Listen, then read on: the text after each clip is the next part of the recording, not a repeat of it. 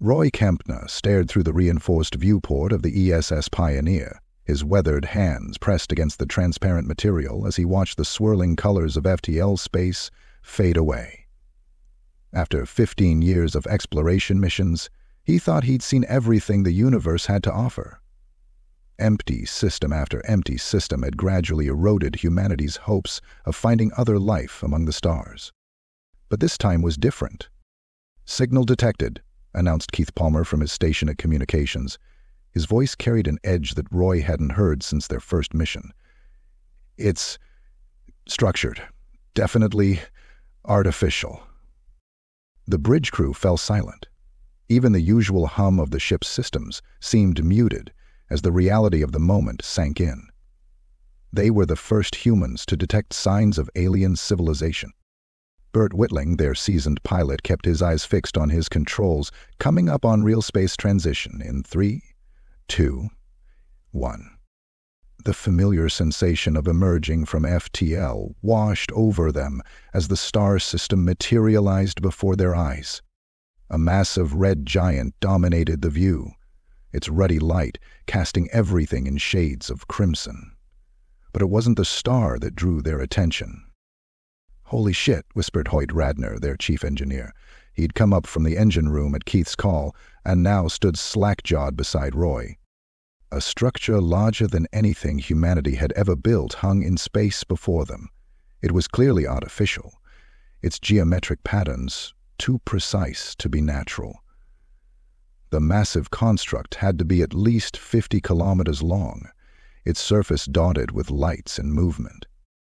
"More signals," Keith reported, his fingers dancing across his console. They're hailing us."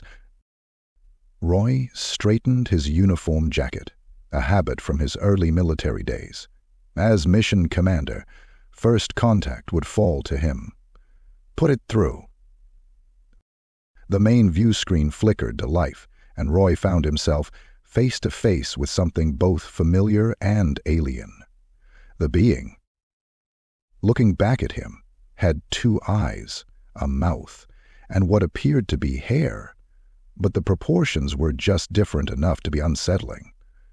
Its skin had a faint bluish tinge, and its eyes were slightly too large. "Greetings, unknown vessel," the alien spoke, its words perfectly translated into English. "I am High Commander Omlax of the hegemony vessel Eternal Seeker. Your presence here is unexpected." Roy cleared his throat. "I am Commander Roy Kempner of the Earthship Pioneer. We come in peace, seeking contact with other civilizations." The alien, Omlax, tilted its head in what seemed like confusion. "Earth? You claim to be from the Dead Zone?" The Dead Zone." Roy exchanged glances with his crew. "I'm not familiar with that term. We're from the Sol system, approximately 147 light-years from this position." Omlax's expression changed to something Roy couldn't quite interpret.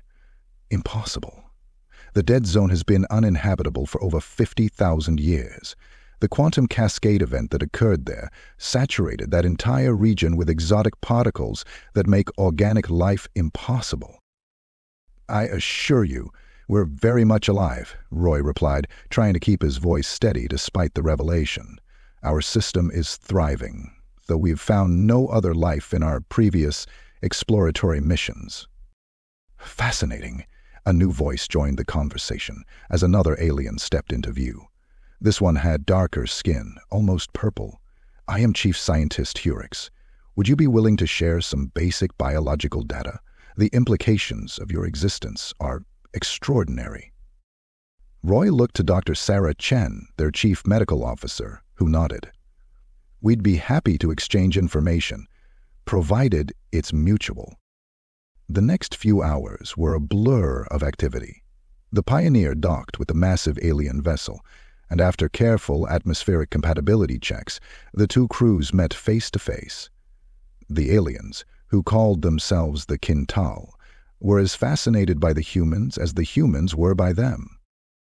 "Remarkable," Hurix muttered, examining the results of their preliminary scans. "Your DNA contains sequences we've never seen before. They appear to be specifically adapted to handle the type of particle radiation that makes the dead zone lethal to all other known life forms." "You keep mentioning this dead zone," Hoyt said, looking up from a piece of Chintal technology he'd been examining with barely contained excitement. "What exactly happened there?" Omlax gestured to a holographic display, bringing up a map of the galaxy. A large section, including Earth's location, was marked in red. 50,000 years ago, a species we know only as the predecessors conducted an experiment with quantum mechanics on a scale we still can't fully comprehend. Something went wrong. The resulting cascade reaction transformed that entire region of space, making it lethal to all known life forms, or so we thought. The particles generated by the event should have prevented DNA from maintaining stability, Hurix added. Yet somehow, life not only survived on your world, but evolved to thrive in those conditions. You humans are literally immune to what we considered one of the greatest hazards in the known galaxy. Roy sat back, trying to process the implications. "So, that's why we never found any other life in our exploration missions. We were looking in a region of space that everyone else considers uninhabitable." "Precisely," Omlax confirmed. "We maintain automated monitoring stations at the edge of the dead zone, but no ship has ventured more than a few light years into it for millennia. Your appearance here, having traveled through what we considered impassable space, changes everything we thought we knew about the limitations of life." Keith, who had been quiet for most of the exchange, suddenly spoke up. "Wait, if this particle radiation is so deadly to you, how are we able to be in the same room right now?" Hurix's expression shifted to what the humans had learned was their equivalent of a smile. "Your ship's FTL drive. The field it generates appears to cleanse the particles from your vessel and crew during transit. You've accidentally invented not just faster-than-light travel, but also a way to decontaminate yourselves from the dead zone radiation." "I knew there was something weird about the particle readings in the drive field," Hoyt muttered. "We thought it was just a quirk of the technology." He now had a better theory. "Your species," Omlax said, "has evolved in conditions that would kill any other known life form. Developed technology that allows you to safely leave those conditions and manage to do all this in complete isolation from the galactic community. I don't think you understand just how unprecedented this is." Roy looked around at his crew, seeing the same mix of pride and amazement on their faces that he felt. "So what happens now?" "No." Olmec's expression became serious. "Now we need to discuss your place in the galaxy. The Hegemony's charter requires us to offer membership to any spacefaring civilization we encounter. But your situation is unique. You have capabilities that could be invaluable to our civilization." "The dead zone has remained unexplored for 50,000 years, Hurix added. "The resources, the potential discoveries.